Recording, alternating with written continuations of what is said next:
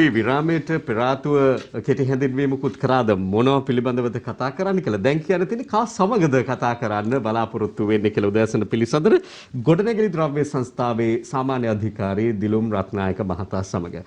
සුබ උදෑසනක් ආයුබෝවන්. ආයුබෝවන්.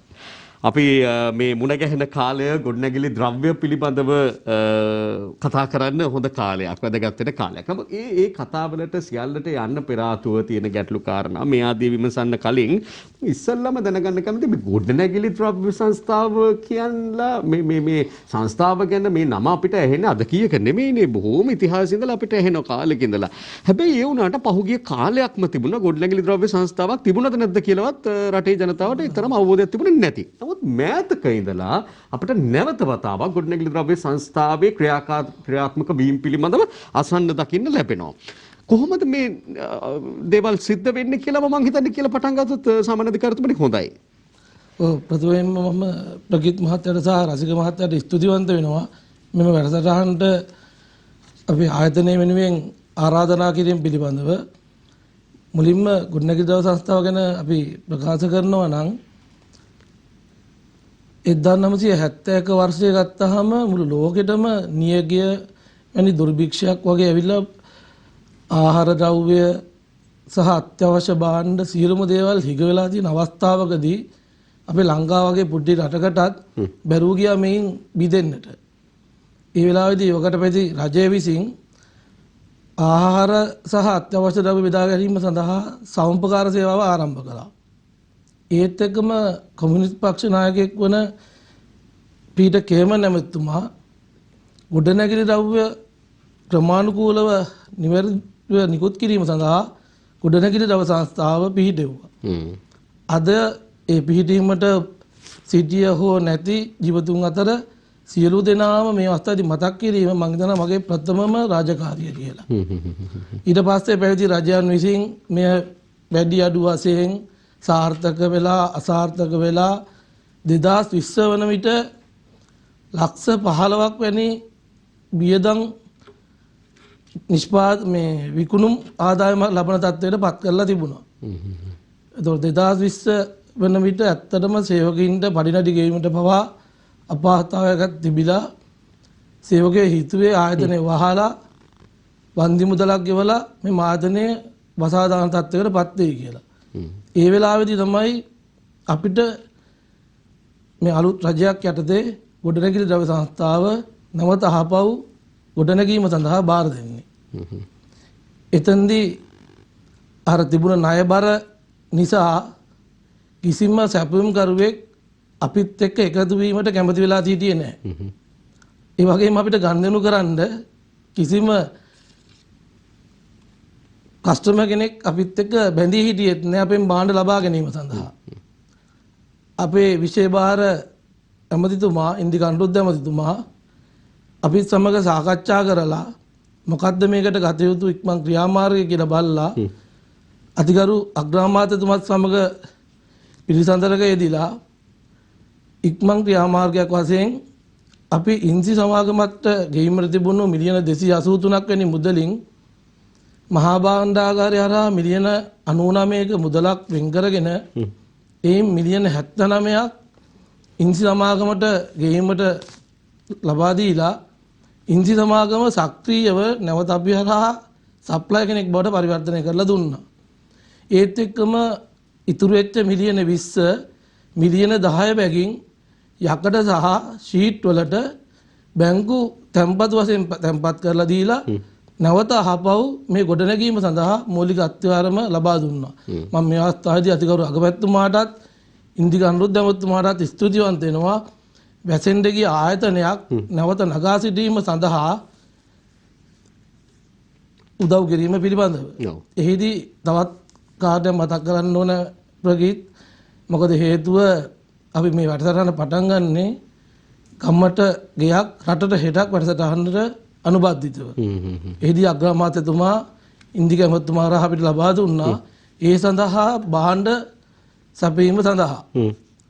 එහිදී අපි උළු සහ සිමෙන්ති සම්පූර්ණ සැපයීම කරන ලද්දේ ගොඩනැගිලි ද්‍රව්‍ය සංස්ථාව හරහා. එකක් තමයි උළු කර්මාන්තය කියන්නේ දේශීය කර්මාන්තයක්. එක පැත්තකින් අපේ ආයතනයේ දිනුවා වගේම වැටෙන්න ගිය ඔලු කර්මාන්තයටත් මේ හරහා යම්කිසි ආයෝජනයක් ලබා දුන්නා. එයින් අපිට ආයතන දෙකක් ගොඩනගා ගැනීමට හැකියාව ලැබුණා. අපි මුල් පියවර වශයෙන් එතනින් තමයි ගොඩනැගිලි ද්‍රව්‍ය සංස්ථාව නැවත අහපව් ගොඩනැගීමට පටන් ගන්න. ගොඩනැගිලි ද්‍රව්‍ය සංස්ථාව ගොඩනැගීම පිළිබඳ මෙතෙක් කතාව අපි දැන් මේ පහුගිය කාලය තුල සිද්ධ වුණේ කොහොමද?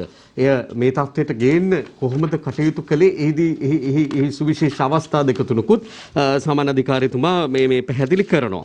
එතකොට මේක ඉන්න අනතුරුව බොහොම කෙටි කාලයක් ඇතුළත වැඩසටහන් කිහිපයක් ක්‍රියාත්මක කරලා තමයි අද මේ අපි මේ කතා කරන මොහොත වෙනකොට ගොඩනැගිලි ද්‍රව්‍ය සංස්ථාව නැවත මේ යම් තැනකට පද දැන් ඔබ ඉස්සෙල්ලා කියපු කාරණා මම හිතනවා වගකීමක් ඇතුව ඔබ මේ කියන්නේ නැති කියලා ලක්ෂ 15ක වගේ ආදායමක් නම් ඉපදුවේ සාමාන්‍යයෙන් හાર્ඩ්වෙයාර් එකකත් මම හිතන්නේ මීට වඩා ආදායමක් වෙන එහෙම තැනකටද මේ ආයතනයක් එහෙම තැනක ආයතනයක් පත්වලා තිබුණා නම් ඒ නැවත ඊට වඩා බොහෝම හොඳ තැනකට අරගෙන එනවා කියන්නේම රටට කරන ලොකු මෙහෙවරක් විදිහට අප දකින්නේ. එතන ලක්ෂ 15ක් වගේ මුදලක් කියන්නේ ලංකාව වටා පිහිටි ආයතන 17ක් බිස්නස් වලින් තමයි ලක්ෂ 15ක වියදමක් මේ නිෂ්පාදනයක් උපයන්නේ. විකිරීම.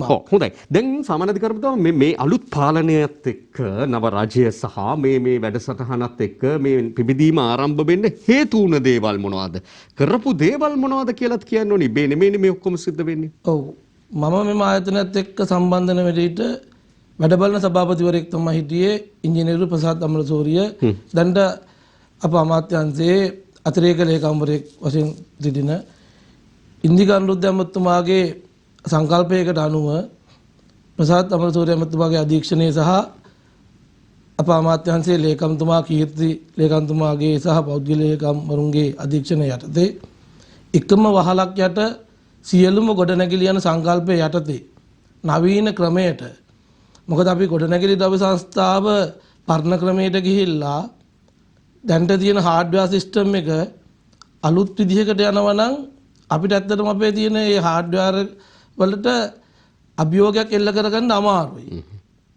එතනදී අපි කරේ එම අපේ සංඝරාජ්‍ය භූමියේ තිබුණ ගොඩනැගිලි ද්‍රව්‍ය සංස්ථාවේ ෂෝරූම් එකත් අපි සියලුම ගොඩනැගිලි ද්‍රව්‍ය එකම වහලක් යට කියන සංකල්පයට අපි ගෙනාවා. සියලුම මාදිලියේ ගොඩනැගිලි ලස්සන ෂෝරූම් එකක් විදිහට පත් කරලා. එය අග්‍රාමාත්‍යතුමා අතින් මාර්තු 5 වෙනිදා සුරතින් විවෘත කිරීමත් සඳහා අපිට අර නැතුව ගිහින් තිබුණ සැපයුම් ජාලය ඒ සප්ලයි බේස් එක අපි හරහා ගලාගෙන ඒමට පටන් ගත්තා. සමහර විට අපි මෙහෙම කතා කරගෙන යනකොට සමානකරුතුමා මේ පැහැදිලි කිරීම කරනකොට ඒ සිදුවීම් අවස්ථා හා සම්බන්ධ රූපරාම එමත් ඔබට දකින්න පුළුවන්කම ලැබෙවි. අපි කතා කරගෙන යමු. ඔව්. ඒතකොට ඒකම ඒ හරහා තමයි අපිට සැපුම් ජාලය ලබා කර ගැනීමට හමු වුණේ. ඒත් එක්කම ආයතනයට ලැබෙනවා නව සභාපතිවරයෙක් මහින්ද විජේසේකර සභාපතිතුමා. එතන ඉඳන් අපි අලුත් සභාපතිතුමාගේ මෙහෙයුම මත එතුමාගේ උපදෙස් මත තමයි ගොඩනැගිලි ද්‍රව්‍ය සංස්ථාව මෙතනින් එහාට ගොඩනැගීම් පවතින්නේ. එහිදී අපි දැක්කා අප ආයතනයේ ඉන්න සේවක මණ්ඩලය හිටියේ ලොකු කලකිරීමකින්. මොකද Tamanට වැටුපක් ලැබුණේ නැහැ දවසට. වැටුප ලැබෙන දිනේ කියන්න බෑ. කොයි වෙලේ රස්සාව අහිමි වෙයිද දන්නේ නැහැ. ඒ වගේ මතයක සිටින වෙලාවේදී සභාපතිතුමා සහ මම ඉන්දික අනුරුද්ධ ඇමතුමත් එක්ක කතා වෙලා අපි කරේ මේ සේවකයෝ ආයතනයට ආදරය කරන තැනකට පත් කර ගැනීම. ඒ සඳහා අපි කරා සෑම මාසෙකම අවසාන බ්‍රහස්පතින්දා දවස හාමුදුරුවෝ නමක් වඩම්මවලා බෝධි පූජාවක් පවත්වනවා, නත්තල් මෙහෙවර කරනවා, අවුරුදු උත්සව පවත්වනවා, බෝනස් දෙනවා, උත්සව අත්තිකාරම් දෙනවා. ඒ වගේ දේවල් වලින් සේවකින් කෙරෙහි ඇති කරා ආයතනය කෙරෙහි පිබිදීම. දැන් ඔය කතාවට පෙර ආතුව අපි කියනවා ගොඩනැගිලි ද්‍රව්‍ය සංස්ථාව මේ ගොඩනැගිලි වලට විතරයි සීමා වෙලා තිබුණේ, ඇතුලේ මුකුත් තිබුණේ නැති තැනක් බවට පතල ඇතුලේ. එතකොට කොහොමද දැන් මේ පඩිනඩි ගෙවන්නත් බැරුව තිබ්බ තැන බෝනස් ගෙවන තත්ත්වයට එන්නේ භාණ්ඩාගාරයෙන් සල්ලි අරගෙන? නෑ. ඇත්තටම අපි එක වහලක් යට සියලුම දේවල් සියලුම ගොඩනැගිලි එකතු කිරීමේ සංකල්පය මත සප්ලයි ජාලය අපි හරහා එකතු වෙනවා. ඔවුනුත් අපිට උදව් කරනවා. මොකද අද ඉන්න සප්ලයි ජාලය ඇත්තටම කැමති මේ ගොඩනැගිලි ද්‍රව්‍ය සංස්ථාව කියන්නේ වටිනා සම්පතක්. මේ නැතියක මේ දේ නැති වෙනවට මම හිතන්නේ ලංකාවේ වැඩි මරක් කැමති නෑ මේ සම්පත නැති කරගන්න. මොකද අර 1971 ඒ ඇති වෙච්ච දේ වගේම දෙයක් තමයි අද ලංකාවට කොවිඩ් කියන දේ ඇවිල්ලා වෙලා තියෙන්නේ. එතකොට අද අපි සිමෙන්ති කොට්ටේ ගත්තොත් ගොඩනැගිලි ද්‍රව්‍ය සංස්ථා විතරයි નિયમિત මිලට එම භාණ්ඩය විකුණන්නේ මහ ජනතාවට. අනිත් සෑම ආයතනයක්ම විකුණන්නේ 1600යි 1500යි කිසිම මිල නියාමනයක් නැහැ. හැබැයි මට වගකීමෙන් කියන්න පුළුවන් ගොඩනැගිලි ද්‍රව්‍ය සංස්ථාවෙන් විකින්න මිල සෑම භාණ්ඩයකම රජයේ පවතින નિયમિત මිල සහ එහි භාණ්ඩය පිළිබඳව ගුණාත්මක භාවය. ඒ දෙක නිවැරදිව තියනවා කියන්නේ මහ ජනතාවට ලොකු වමනාවක් තියෙනවා මේ ආයතනය රැක ගැනීමට. දැන් ඔබ සිමෙන්ති ගැන සඳහන් කළ නිසා මම හිතන්නේ මේ තව අපිට ගොඩනැගිලි ද්‍රව්‍ය සංස්ථාව වෙන කාර්යභාරය කතා කරනකොට නමුත් මේ වෙලාව හොඳයි කියලා මම හිතනවා. සිමෙන්ති නැහැ කියන එක පැත්තකින් ඔබ කියන වගේ හිතු ගණන් වලට විකුණනවා කියනවා. සිමෙන්ති කොට්ටයක් දෙයක් ගන්න නම් වැලි කාලක් භාගයක් ගන්න වෙනවා කියන තැනකට ගියාම හොඳයි. කීයටද දැන් ගොඩනැගිලි ද්‍රව්‍ය සංස්ථාව සිමෙන්ති දෙන්නේ සහ දෙන්න පුළුවන් ප්‍රමාණවත් පරිදි සිමෙන්ති තියෙනවද? දැන් තුන්වෙනි වටේ සාකච්ඡාවත් සංස්ථා ආයතනයත් එක්ක ඉන්දිකණ්ඩු දැමතුමාගේ මූලිකත්වයෙන් අපි සාකච්ඡා කරන ගින් අවසానයි. මේ වන විටත් අපි යම්කිසි ප්‍රමාණයක් සිමෙන්ති මහ ජනතාව අතරට බෙදා හරිනවා රුපියල් 1275ක මුදලට. 1275ක වගේ මුදලක් උනේත් අවසාන මේ නොවැම්බර් මාසයේ මැද ඉඳන්. ඊට ඉස්සෙල්ලා අපි සිමෙන්ති දුන්නේ රුපියල් 1100ක වගේ මුදලකට. පිට හાર્ඩ්වෙයාර් වල රුපියල් 1400 1500 කුවට ගොඩනැගිලි ද්‍රව්‍ය සංස්ථාවේ මිල උනේ 1100යි. ඊට මුලින් උනේ 1050යි. 1050 නෙමෙයි සෝරි 1005යි. එතකොට සංස්ථා සිමෙන්ති සමාගම පොරොන්දු වෙලා තියෙනවා මේ මාසේ අවසානයේ සිට ගොඩනැගිලි ද්‍රව්‍ය සංස්ථාවට ශරීරන මට්ටමේ සිමෙන්ති කෝට එකක් ලබා දීමට. මොකද මේ ඇත්තට මේ වෙලාවේ අපි කවුරුත් දන්නා කොවිඩ් වසංගතය නිසා ඩොලර් ප්‍රශ්නයක් ලංකාවේ ආවා. ඒ සිමෙන්ති සියලුම සමාගම් වලට බලපෑවා.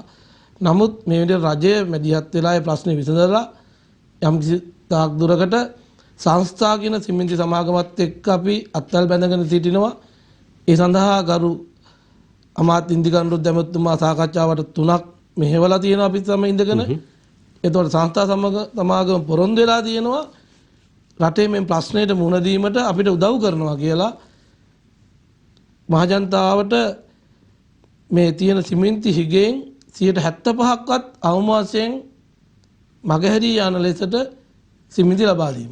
දැන් මේ සිමෙන්ති විතරක් නෙමෙයි ඉදිකිරීම ශාස්ත්‍රය ගත්තාම ගොඩනැගිලි ද්‍රව්‍ය කියලා ගත්තාම සිමෙන්ති වෙන්න පුළුවන් ගල් වැලි කම්බි මේ ඔක්කොම ප්‍රධාන වශයෙන් ගත්තොත් තව අනෙකුත් දේ බොහොමයක් තියෙනවා. ඒතර මේ ගොඩනැගිලි ද්‍රව්‍ය වල මිල තීරණය කිරීමට සම්බන්ධ වෙනවද ගොඩනැගිලි ද්‍රව්‍ය සංස්ථාව? මිල තීරණය කිරීමට ඇත්තටම ගොඩනැගිලි ද්‍රව්‍ය සංස්ථාව මේ වෙනකොට සම්බන්ධ වෙලා නැහැ. මොකද අපි ඒක ඉදිරියේදී අපිට සම්බන්ධ වෙන්න පුළුවන්. මොකද ප්‍රකීත් දකින්න ඇති අග්‍රාමාත්‍යතුමා ප්‍රකාශයක් කරලා තිබුණා ඉදිරියේදී වැලි ලංකා පුරා බෙදා හැරීම ගොඩනැගිලි ද්‍රව්‍ය සංස්ථාවට ලබා දෙන්න කියලා. මම හිතන්නේ ඒක ගත්ත අග්‍රාමාත්‍යතුමා ගත්ත හොඳ තීරණයක්. මෙන්න මම අග්‍රාමාත්‍යතුමාට ස්තුතිවන්ත වෙනවා ඒ තීරණේ ලබා දීම පිළිබඳව. මොකද එවැනි තීරණ ගන්නේ මේ මිල නියාමනයක් නොවන නිසා තමයි. ඒතකොට වැටිච්ච ආයතනයක් එකපාරට නැගා සිටවන ගමන් මිල තීරණය කර ගැනීමට යාමට අපහසුයි. ඒත් අපිට තව මාස 6ක් මාස 7ක් යන විට ගොඩනැගිලි ද්‍රව්‍ය සංස්ථාව හරහා අපිට පුළුවන් වෙයි සෑම ගොඩනැගිලි ද්‍රව්‍ය සඳහාම මිල තීරණයක් කර ගැනීම සඳහා. මොකද අපිට ටයිල් ව්‍යාපාරය ගැන කතා කරොත් බිත්ති ගඩොල් අපිට මේ වෙන විට ආනයනය කිරීම සඳහා ඒ අවශ්‍ය ගැසට් පත්‍රයක් කරහා වරප්‍රසාදය ලබා දීලා තියෙනවා. අපි මේ වෙන විට කන්ටේනර් 200ක් ලංකාවට ආනයනය කරලා දීලා තියෙනවා. 151ක් මේ වෙන විට අපේ ශාඛාවලට ගෙනත් දීලා තියෙනවා. තව 49ක් අපිට වරායෙන් එළියට ගන්න තියෙනවා. අපි සෑම ටයිල් කැටයක්ම ලංකාවේ විකින්න මුදලට වඩා රුපියල් 200ක් 250ක් අඩු මුදලකට තමයි මෙම ටයිල් කැටයක් විකිනෙන්නේ. ඒ කියන්නේ ඇත්තටම ප්‍රගීතා ප්‍රශ්නෙට උත්තරයක් එතන තියෙනවා. ගොඩනැගිලි ද්‍රව්‍ය සංස්ථාව හරහා මිල නියාමනයක් වෙනවා. ඒ කියන්නේ මිල තීරණය කිරීමක් දැනට සිදු නොවුනාට සංස්ථාව සාධාරණ මිලකට අර රජය නියම කරන මිලකට ජනතාවට ලබා දීමේ සාධාරණ ක්‍රමවේදය ඔබ තමයි ක්‍රියාත්මක කරන්නේ. ඒ කියන්නේ භාණ්ඩ වෙළඳ පොළට අඩුවීමක් නැතුව ගොඩනැගිලි ද්‍රව්‍ය සංස්ථාව හරහා ලබා දීමක් සිද්ධ වෙද්දී සාධාරණ මිලකට ජනතාව පෙළඹෙනවා අඩු මිලට භාණ්ඩ මිලදී ගැනීමට ගොඩනැගිලි ද්‍රව්‍ය සංස්ථාව හරහා පැමිණෙන්න. එතකොට ප්‍රයිවට් සෙක්ටර් එකේ ඉන්න කෙනාට තමන්ගේ මිල සාධාරණීකරන්න සිදු වෙනවා. ඒක නිසැකයෙන්ම සිද්ධ වෙනවා. අපි මේ සාකච්ඡා කරමින් ඉන්නේ ගොඩනැගිලි ද්‍රව්‍ය සංස්ථාවේ සමානාධිකාරී දිලුම් රත්නායක මහතා සමග. අපි පටන් ගත්තේ නැවත ගොඩනැගිලි ද්‍රව්‍ය සංස්ථාව නගා සිටුවීමේ තැන ඉඳලා. නමුත් ඉතිහාසයක් තියෙනවා කියලා අපි කිව්වනේ 1971 ආරම්භයේ ඉඳන් ගත්තාම පීටර් කෙන්මන් මැතිතුමා පිළිබඳව ඔබ සඳහන් කරා. මේ ලබාගෙන ආපු ආරම්භය සහ පිහිටුවීමේ අරමුණු තියෙනවානේ. මේ අරමුණු සාක්ෂාත් කරගන්න දැන් මේ ගෙනියන වැඩපිළිවෙලෙන් පුළුවන්ද? දැන් මේ ඒ සඳහාද ඒ ආරම්භයේ තිබ්බ අරමුණු සාක්ෂාත් කර ගැනීම සඳහාද දැන් මේ ඔබ කටයුතු කරමින් යන්නේ? ඇත්ත වශයෙන්ම ඔව්. ඒ මොනවද? ඒකට පැහැදිලි කරන්නකෝ. පීටර් කෙන්මන් නැමැතුමා ගොඩනැගිලි ද්‍රව්‍ය සංස්ථාව මම මුලින් කිව්වේ පිහිටෙව්වේ සාධාරණ මිලකට මහජනතාවට නිවැරදිභාවයෙන් මේ භාණ්ඩ සප්ලයි කිරීම සිදු කිරීමට. නමුත් මෙම ආයතනයේ වැසී යාමට පත්වෙන තත්ත්වයට වැඩ කරපු නිසා තමයි මහජනතාවට සිද්ධ වුණේ වැඩි මුදලකට භාණ්ඩ මිලදී ගැනීමට. විශේෂයෙන් අපි උදාහරණයක් ලෙස ගත්තොත් ටයිල් නිෂ්පාදනය ගත්තොත් එහෙම ලංකාවේ මිනිස්සු මාර දුෂ්කරතාවයකට පත් වුණා ටයිල් හරහා. එතකොට ඒ නිසා තමයි ගරු අග්‍රාමාත්‍යතුමා බැසිල් රෝහණ ඇමතිතුමා ඒ වගේම අග්‍රාමාත්‍යතුමා ඉන්දික ඇමතිතුමා එකතු වෙලා තීරණයක් ගත්තේ නෑ මෙය ගොඩනැගිලි ද්‍රව්‍ය සංස්ථාවට ලබා දිය යුතුයි කියලා. එතකොට මේ හරහා අපි ගොඩනැගිලි ද්‍රව්‍ය මේ ටයිල් ලංකාවට ගෙන්නන්න පටන් ගත්තට පස්සේ මෙහි මිල අඩු වෙනවා. මිල අඩු වුණාට පස්සේ ලංකාවේ නිෂ්පාදිත ටයිල් ඒ කණ්ඩායමටත් මේ මිල අඩු කරන්න සිද්ධ වෙනවා. ඒ වගේම තමයි වැලි. එතකොට අපි සාමාන්‍යයෙන් දැනට වැලි කියුබ් එකක් ලංකාවේ මුදලින් 17500ට විකිනවා කියලා අපි එක්සම් උදාහරණයක් ගත්තොත් ඉදිරියේදී අපිට පුළුවන් වෙයි මේක 15000කට 14500කට අඩු කරන්න. එතකොට ප්‍රයිවට් සෙක්ටර් එකේ ඒ විකින්න මිලටත් ඒකට වෙනවා මේ වෙන නියාමනය කරන්න. එක පැත්තකින් මිල ඊළඟට ගත්තහම ගුණාත්මක භාවයෙන් හිගේකින් තොරව සැපයීම මේ සියලු කාරණාවලට මැදිහත් වීම සඳහා ගොඩනැගිලි ද්‍රව්‍ය සංස්ථාවට සැලසුමක් තිබෙන බව පේනවා. ඒ වෙනුවෙන් කටයුතු කරමින් ඉන්න බවක් පේනවා. සහ ගොඩනැගිලි ද්‍රව්‍ය සංස්ථාව ආශ්‍රිතව තවත් අපිට කතා කරන්න යම් කාරණා මේ ආපු පිළිතුරු තුලක් තිබෙනවා. අපි විරාමයක් අරන් එන්නම්. ඊටම ඉක්මනින් නැවත හමු වෙමු. අද අපි කතා බහ ඔබේ තවත් අවශ්‍යතාවයකට පිළිතුරු දීම වෙනුවෙන් තොරතුරු දීම වෙනුවෙන් ගොඩනැගිලි ද්‍රව්‍ය සංස්ථාවේ සාමාන්‍ය අධිකාරී දිලුම් රත්නායක මහතා සමග මේ ඔබ අවස්ථා කිහිපයකම ටයිල් ගෙන්වීමට ලැබුණු අවස්ථාව පිළිබඳව දැන් අපි සාමාන්‍යයෙන් දන්න විදිහට සාමාන්‍ය අධිකාරීතුමනි මේ පහුගිය දවස්වල නැවැත්තුවා ටයිල් රට වලින් ආනයනය කරන එක නැවැත්තුවා. එක පැත්තකින් අපේ දේශීය පිඟානගඩොල් කර්මාන්තයේ නගා සිටුවීම මේ ආදී අරමුණු කරගෙන තමයි මේක කරා කියන්නේ. කොහොම වෙතත් ඒ කියන්නේ මේ වෙලාවේ කොහොමත් අපි දන්න ඩොලර් ප්‍රශ්නිකුත් රටේ තියෙනවා. මේ සියල්ල කොහොම වුණත් මේ අවසරය ඔබට විතරක් ලැබුණ එකද? දැන් ඕනම කෙනෙකුට නැවත ටයිල් ගෙන්නන්න පුළුවන්ද ඒ අනුව? නෑ ඇත්තටම මිස්ටර් ප්‍රගීත් ටයිල් වල ලොකු හිගයක් ඇති වුණා ලංකාව තුල. අධිකාර ජනාධිපතිතුමාගේ අදහස තිබුණේ දේශීය කර්මාන්තය සඳහා මුල් තැන දීම තමයි. ඒ හරහා අර ඇති වුණ ටයිල් හිගය හරහා අගමැතිතුමාගේ ඉල්ලීමක් පරිදි ජනාධිපතිතුමා විසින් තමයි ටයිල් ආනයනය කිරීම තමයි පේන ස්ලයිඩ් එකනොත් අපිට පෙන්නනවා. ඔව්. අධිකාර ජනාධිපතිතුමා තමයි විශේෂ අවසරයක් ලබා දුන්නේ ගොඩනැගිලි ද්‍රව්‍ය සංස්ථාව වෙත පමණයි ටයිල් ආනයනය කිරීම සඳහා අවස්ථාව ලබා දුන්නේ. මෙතනදී මම මගේ අපේ අමාත්‍යාංශය සහ ගොඩනැගිලි ද්‍රව්‍ය සංස්ථාව වෙනින් විශේෂ ස්තුතියක් පුද කරනවා අධිකාර ජනාධිපතිතුමාටත් බැසිල් රෝහණ එමෙතුමාටත් අගමැතිතුමාටත් අපිට අවසරය ලබා දීමත් මොකද මේ අවසරය ලබා දෙන අතරම අපිට දුන්න ඊළඟ නියෝග ටික තමයි අනිවාර්යයෙන්ම මේන් මිල නියාමනයක් සිදු කළ යුතුයි. අපි මේ ටයිල් විකුණනවා නම් නැවත අහපව් මේ වෙළඳන් අතට යන්න බෑ. මේ ටයිල් විකිණිය යුත්තේ ඒ අදාළ ගෙවල් හිමියන්ට පමණයි කියන්නේ. ජනතාවට ලැබෙන විදිහට බෙදා හැරීම වෙන්න ඕනේ කියන එක ක්‍රම ඒකට වැඩ පිළිවෙලක් තියෙනවනේ. දැන් මම හිතන්නේ ඔබතුමා කලිනුත් සඳහන් කරා ඒ අනුව ගත්තාම වෙළඳපොලේ තියෙන මිල ගණන් එක්ක බැලුවාම ඊට වඩා බොහොම සාධාරණ මිලකට ජනතාවට ලබා ගන්න පුළුවන්. ටයිල් විතරද නානකාමර කටල බාත්රූම් ෆිටින්ග්ස් උත් ගෙන්නනවද? බාත්රූම් මේ කටල වලටත් අපිට දැනට අවසරය ලැබිලා තියෙන්නේ. ඒ විතරක් නෙමෙයි යකඩ එවැනි සියලුම භාණ්ඩ මිල නියාමනය කිරීම සඳහා අවශ්‍ය වන පරිදි අවශ්‍ය වුණොත් අධිකාර ජනාධිපතිතුමා අගමැතිතුමා බැසිරෝණ ඇමතිතුමා සහ ඉන්දික ඇමතිතුමා මේ වීමෙන් අපිට ගෙන්වීමේ හැකියාව තියෙනවා. නමුත් දැන් ගොඩනැගිලි දවස් අවස්ථාව තාම තිබුණ තත්ත්වින් නැගිටමින් පවතින නිසා හැකියාව පරිදි අවසර ලැබෙමින් පවතින එකින් එකට ආනයනය කරලා මහජනතාවට සේවයක් කිරීමට තමයි බලාපොරොත්තු වෙන්නේ. හොඳයි. දැන් එතකොට දැන් මේ ගොඩනැගිලි ද්‍රව්‍ය සංස්ථාව නැවත නගා සිටුවීමට කටයුතු කරනවා වගේම ගොඩනැගිලි ද්‍රව්‍ය සංස්ථාවත් එක්ක සම්බන්ධ කරගෙන රජයේ අනිකුත් ව්‍යාපෘති සිදු කිරීම තුළින් ඒ ව්‍යාපෘති වලටත් මේ ද්‍රව්‍ය ලබා ගැනීමේදී මම හිතන්නේ ඒක සුබදායි තත්ත්වයක් බවට දැන් පත් වෙලා තියෙනවා. ඒක ලාභදායි තත්ත්වයක් බවට පත් වෙලා තිනවා. ඒක සංස්ථාවටත් හොඳයි ව්‍යාපෘතියටත් හොඳයි. එහෙම ක්‍රියාත්මක වෙන ව්‍යාපෘති මේ වෙලාවේ මොනවද සමාජිකාරතුමනේ? ඒක ප්‍රකීත් කියනවා නම් ඇත්තටම මේ අධිකරු අගමැතිතුමා විසින් අපිට ලැබුණු දායාදයක් ඉන්දිකන්රුද්ද ඇමතිතුමාගේ ඉල්ලීමක් පරිදි කැබිනට් පේපර් එකකින් තනි මූලාශ්‍රයක් කරහා ගොඩනැගිලි ද්‍රව්‍ය සංස්ථාව හරහා සියලුම රාජ්‍ය ආයතනවලට භාණ්ඩ මිලදී ගැනීම කරගෙන යාම සඳහා අනුමැතියක් ලබා දුන්නා. ඒ හරහා මුලින්ම අප රාජ්‍ය අමාත්‍යාංශය හරහා තිබෙන ආයතන 9න් භාණ්ඩ මිලදී ගැනීම සිදු වුණා. අපේ රාජ්‍ය ආයතන ලේකම් ඉංජිනේරු කීර්ති ලේකම්තුමා මෙහෙවීමෙන් එම කාර්ය මණ්ඩලය සමග අපට අවස්ථාව ලැබීමෙන් එයින් අපගේ විකුණුම් ආදායම් වැඩි කර ගැනීමට ලැබුණා. ඒ වගේම ඊට අමතරව අපේ කැබිනට් අමාත්‍යාංශයේ ලේකම් ලේකම් ශ්‍රීනිමල් සර් විශාල ශක්තියක් දුන්නා ගොඩනැගිලි ද්‍රව්‍ය සංස්ථාව නගා සිටීම සඳහා.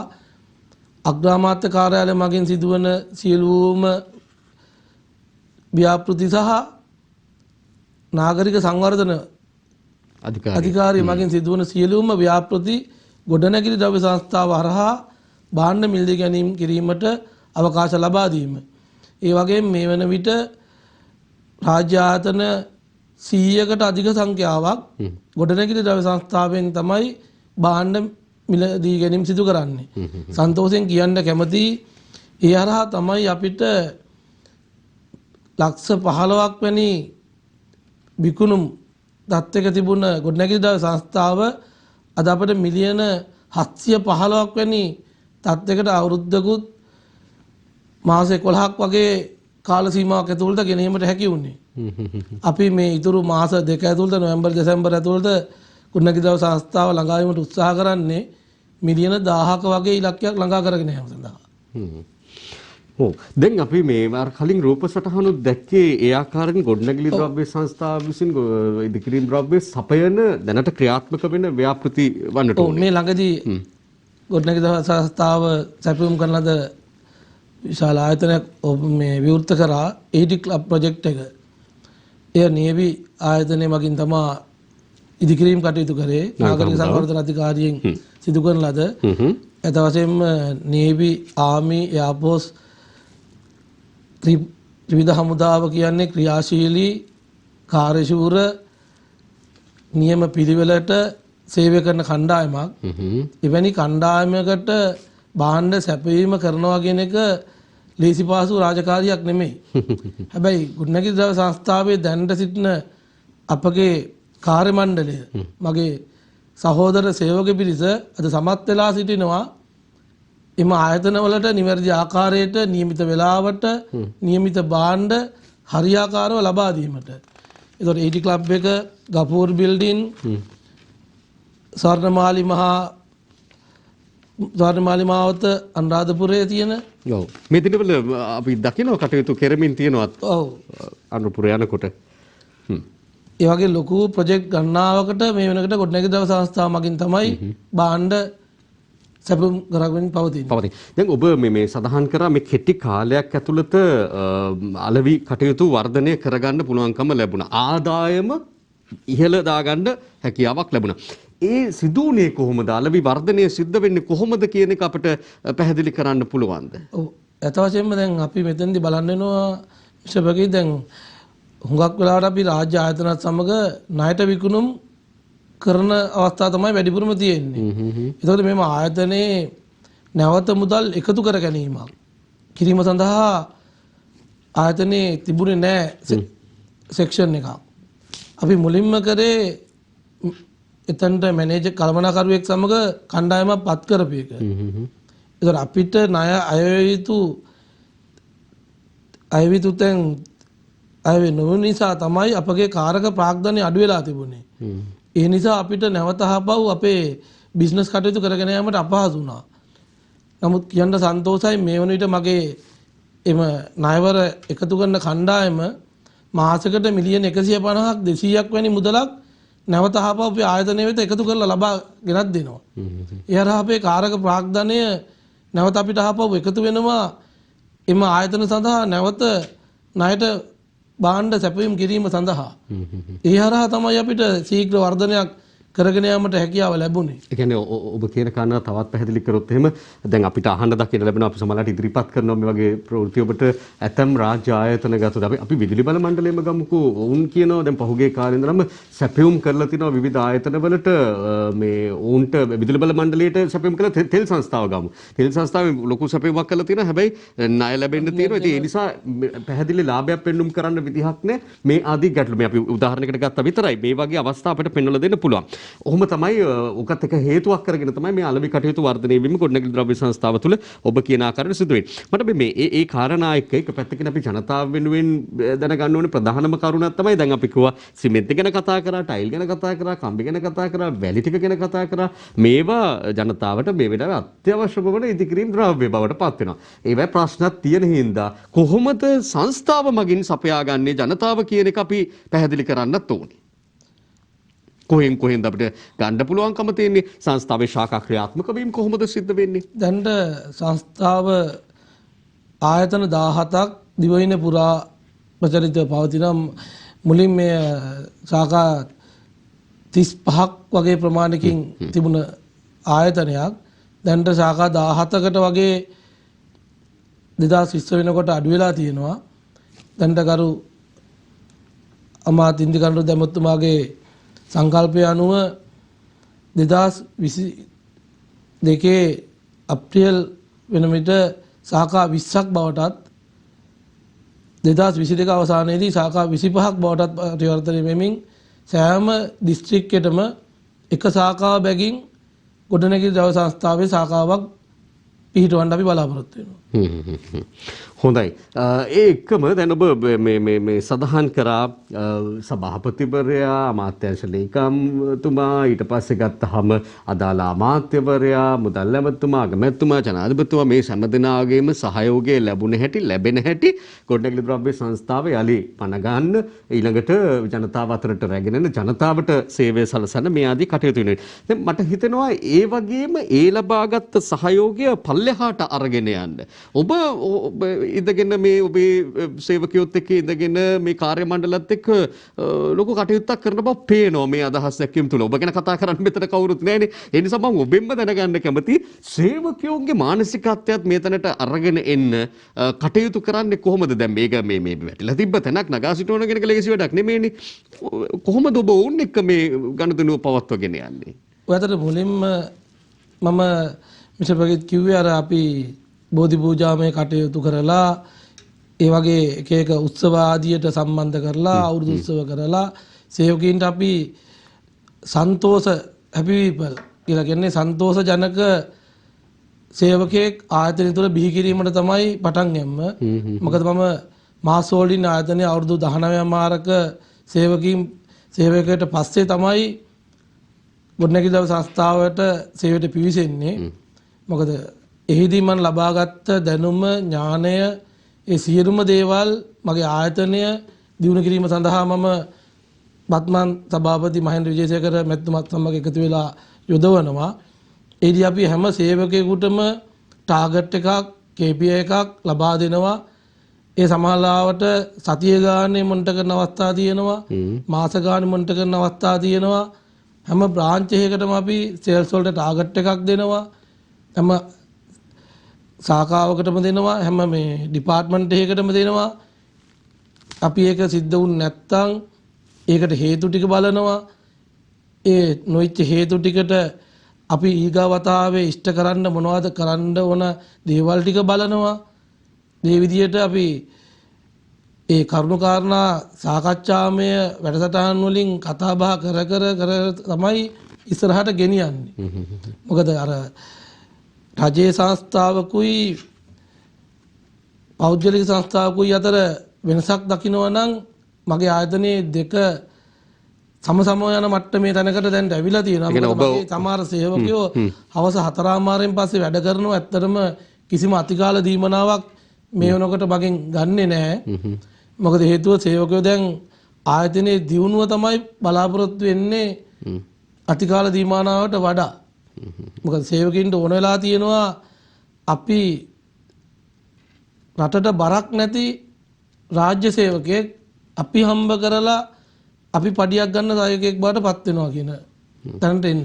එහෙනම් මම අමුතුවෙන් අහන්න අවශ්‍ය වෙන්නේ නැහැ. ඒකට ඔබට ලැබෙන සහයෝගය මොන වගේද කියන එක ඒ පිළිතුර ඇතුළෙම තිබුණ නිසා කොහොම වුණත් ජනතාව සතුටින් තියන්න ජනතාවට සේවය දීලා සතුට කරන්න පෙර ආතුව ආයතනයේ අභ්‍යන්තරයේ සතුටින් සිටින පිරිසක් නිර්මාණය කරගෙන අඩුවකින් තොරව ඕනම දෙයක් සපයන්න පුළුවන් ඒ ශක්තියත් හදාගෙන සපයන්නට සැපයුම් ජාලය සපයා ගන්නා සැපයුම් ජාලය Taman විසින් සපයන අවස්ථාවනුත් නිර්මාණය කරගෙන මේ හැමදේම කරගෙන ගොඩනැගිලි ද්‍රව්‍ය සංස්ථාව මෙහිම ගමනක් යනකොට රාජ්‍ය ආයතන විදිහට අපිට සතුටකුත් දැනෙනවා. සමහර කඩා වැටීම් පිළිබඳව දකිද්දී ආයතන පිළිබඳව අහන්න ලැබෙන ප්‍රවෘත්තිත් එක්ක මේ ගමන පිළිබඳව අපිට තියෙන තප්පර කීපයක කාලයක් ඔබට අවසාන වශයෙන් එක්කාසු කරන්නට යමක් තියෙනවද සමනධිකාරතුමනි?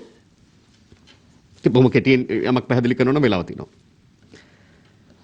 ඔව් මම අනිත් රාජ්‍ය සේවකයන්ගෙන් උනත් ඉල්ලා සිටින්නේ මොකද මම රාජ්‍ය සේවයට පැමිණෙනවා උදේ 8:00 වෙනකොට නියමිත වෙලාවට මම රාජ්‍ය සේවයට පැමිණෙනවා. ඒ වගේම රාත්‍රී 9:00 වෙනකොට තමයි රාජ්‍ය සේවය නිම කරන්නේ. එතකොට අතිගරු ජනාධිපතිතුමා, අගමැතිතුමා, බැසිල් රෝහණ මැතිතුමා සහ සියලු අමාත්‍යවරු බලාපොරොත්තු වෙනවා රාජ්‍ය සේවකින්ගෙන් මේ අවස්ථාවේදී රාජ්‍ය සේවය කෙසේ හෝ ගොඩනැගිය යුතුයි කියලා. එතකොට මූලික මුල් පුටුවල සිටින සේවකයෝ ආදර්ශමත් ලෙස වැඩ කරනවා නම් අපිට රාජ්‍ය සේවය ගොඩනගන්න බැරිකමක් නැහැ. අපිට රාජ්‍ය සේවය ගොඩනැගුවොත් මේ රට ගොඩනගන්න අනිවාර්යයෙන්ම පුළුවන්.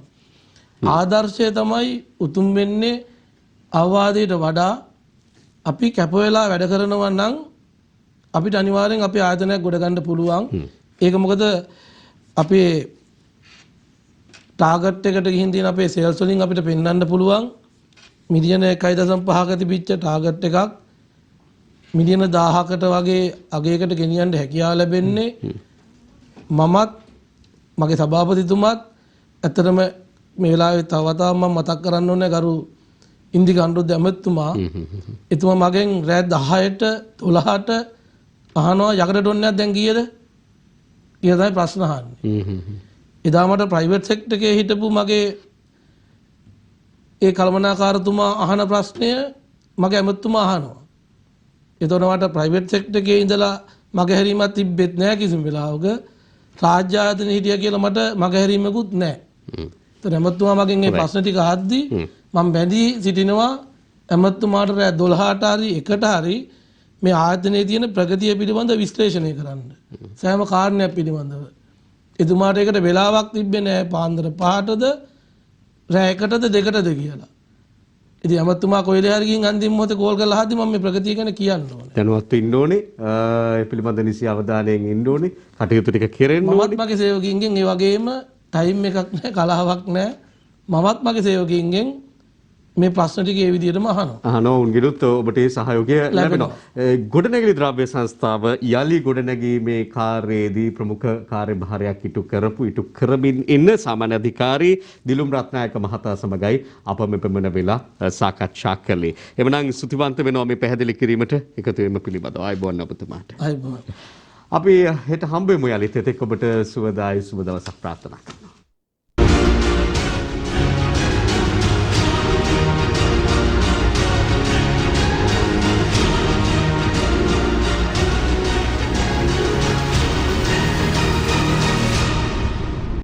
දිනපතා අලුත් වීඩියෝ සහ ප්‍රවෘත්ති නැරඹීමට ඉහත බටන් එක ක්ලික් කර සියත TV සබ්ස්ක්‍රයිබ් කරන්න.